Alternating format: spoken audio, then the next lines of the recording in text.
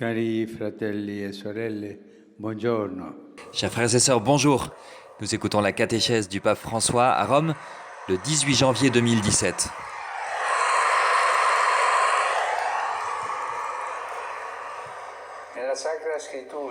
Dans la Sainte Écriture, parmi les prophètes d'Israël, s'élève une figure un peu anormale, un prophète qui cherche à se soustraire à l'appel du Seigneur et qui refuse à se mettre au service du plan divin de salut. Il s'agit du prophète Jonas,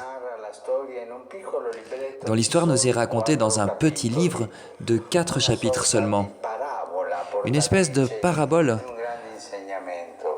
porteuse d'un grand enseignement, celui de la miséricorde de Dieu qui pardonne. Jonas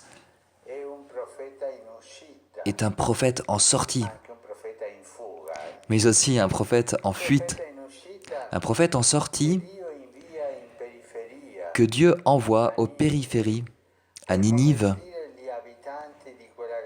pour convertir les habitants de cette grande ville. Mais Ninive, pour un Hébreu comme Jonas, représentait une réalité menaçante, un ennemi qui mettait en péril Jérusalem même. Il fallait plutôt la détruire que la sauver. C'est pourquoi quand Dieu envoie Jonas prêcher dans cette ville, le prophète, qui connaît la bonté du Seigneur et son dessein de pardon, cherche à se soustraire à sa mission et s'enfuit.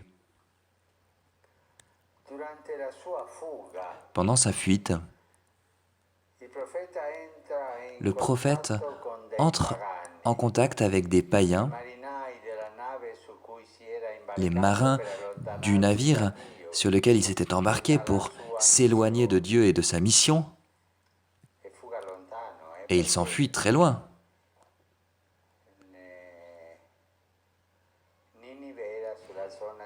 Ninive était dans la région de l'Irak, alors que lui s'enfuit vers l'Espagne. Il va très loin, il s'enfuit pour de vrai.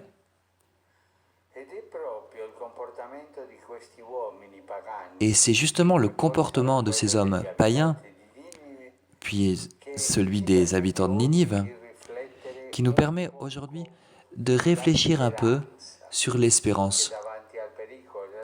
L'espérance qui, face au danger de la mort, s'exprime dans une prière.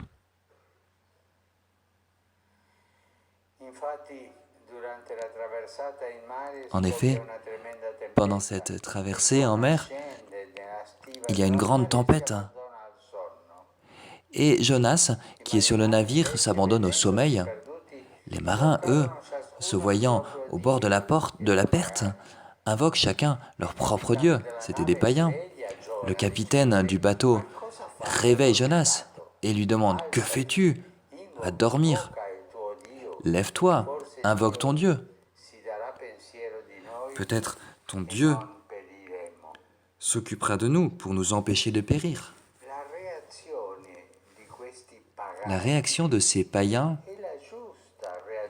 est la bonne réaction face à la mort, face au danger.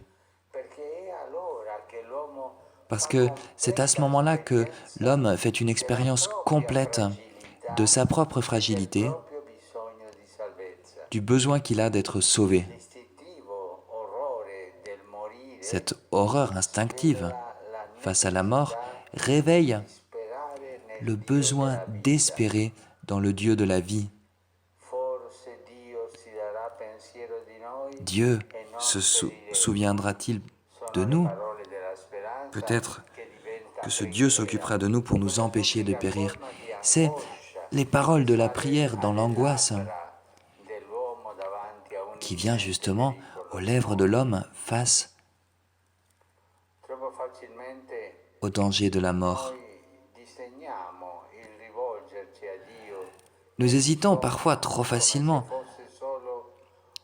à nous adresser à Dieu dans le danger comme s'il ne s'agissait que d'une prière intéressée et donc imparfaite. Mais Dieu connaît bien notre faiblesse. Il sait bien que nous nous souvenons de lui parce que nous avons besoin d'aide et avec le sourire d'un Père bienveillant, Dieu répond avec bienveillance. Quand Jonas, en reconnaissant ses responsabilités, accepte d'être jeté à la mer pour sauver ses compagnons de voyage, la tempête s'arrête.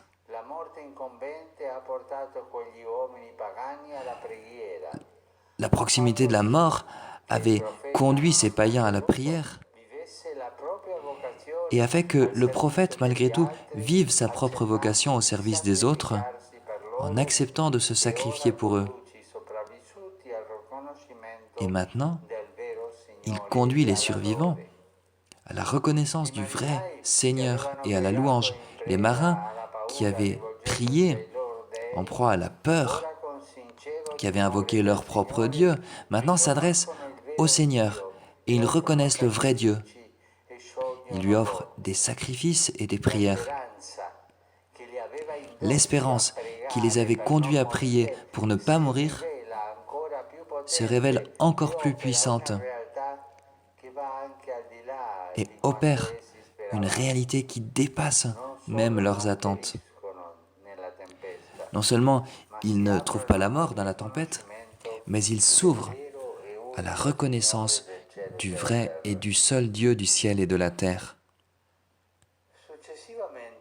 Plus tard, même les habitants de Ninive, face à la perspective d'être détruits, vont prier, poussés par l'espérance dans le pardon de Dieu. Ils feront pénitence, ils invoqueront le Seigneur et ils se convertiront à lui.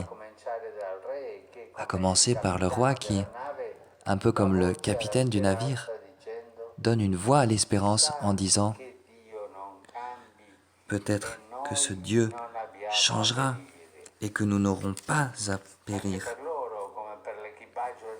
Pour eux, comme pour l'équipage dans la tempête, avoir affronté la mort et en être sortis sans être sauvés les a conduits à la vérité. Ainsi, sous la miséricorde divine et encore plus à la lumière du mystère pascal, la mort peut devenir, comme elle l'a été pour saint François d'Assise, notre sœur la mort, et représenter pour chaque homme, pour chacun d'entre nous, l'occasion surprenante de connaître l'espérance et de rencontrer le Seigneur. Que le Seigneur nous fasse comprendre le lien entre la prière et l'espérance. La prière te fait avancer dans l'espérance.